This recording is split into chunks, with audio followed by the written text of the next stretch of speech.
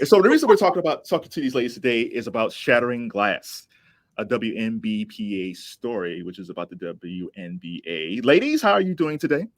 We're good. Great. Thanks for having us. Thank you, Kevin. Well, I'm always a supporter of women's basketball. Years ago, I'm in Ohio, so the Cleveland Cavs had the Cleveland Rockers when the league first started. And there you go. she gets it. There you go. And then we lost the Rockers later on. But yeah, I'm a big proponent of women's sports. So thank you for the documentary. How did it come about? That's to you. So I had the really great pleasure at my last job of getting to know Terry Jackson, who is the executive director of the WNBPA. And she also happens to be mother to Jaren Jackson Jr., who plays for the Grizzlies. So Terry and I had done a lot of work together. And every time I spoke with Terry, I learned something that I never knew, something that was never available to me about these women. And Terry knows every single one of those 144 women personally and will tell you these facts. And she's just always got them at the ready. And the day that she found out that I was leaving my last job, she called me at 6:00 in the morning, LA time, to yell at me and ask me how they lost me and where was I going. And once I got her to calm down a little bit, I explained to her that I was going to this really amazing company called Malka Media. And they were going to basically let me create things that I wanted to create. And I would be able to help tell the story of these women. And I said I wanted her to be my first meeting. And she was my very first week at work. And then I met Dre and I said, you two have to meet. We have to do something with Terry. And that's how it all started 2 years ago. 2 years ago, man. Yeah.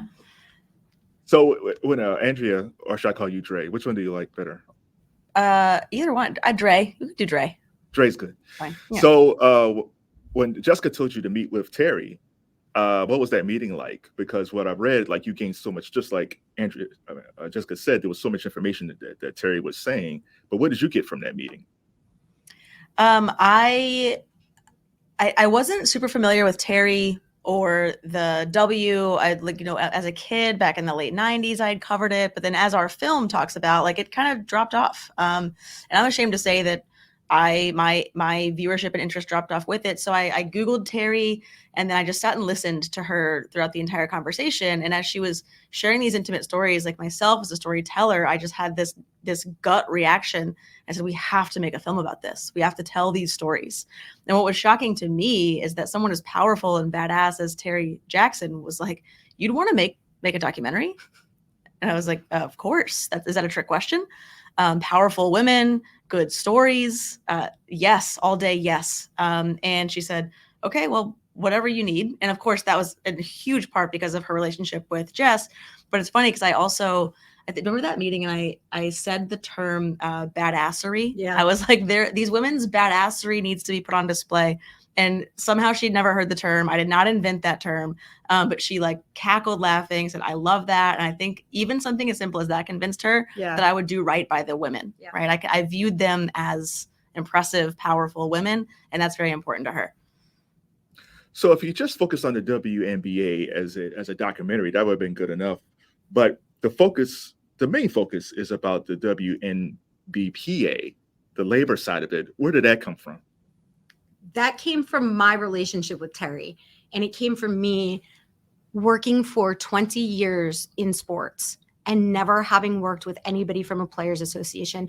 And it came from me wanting to tell the story of these women from their own perspective. And I think across any sports platform that you go, the league that is the business has their own narrative that they want to tell. And it doesn't always highlight what these women are going through, what those athletes are going through. It could be any league or organization. So for me, telling the true story of who these women are and what they feel with no filters on it and allowing them just to be, it had to come through the Players Association. And Terry, being the head of that, was the shepherd and the steward of that.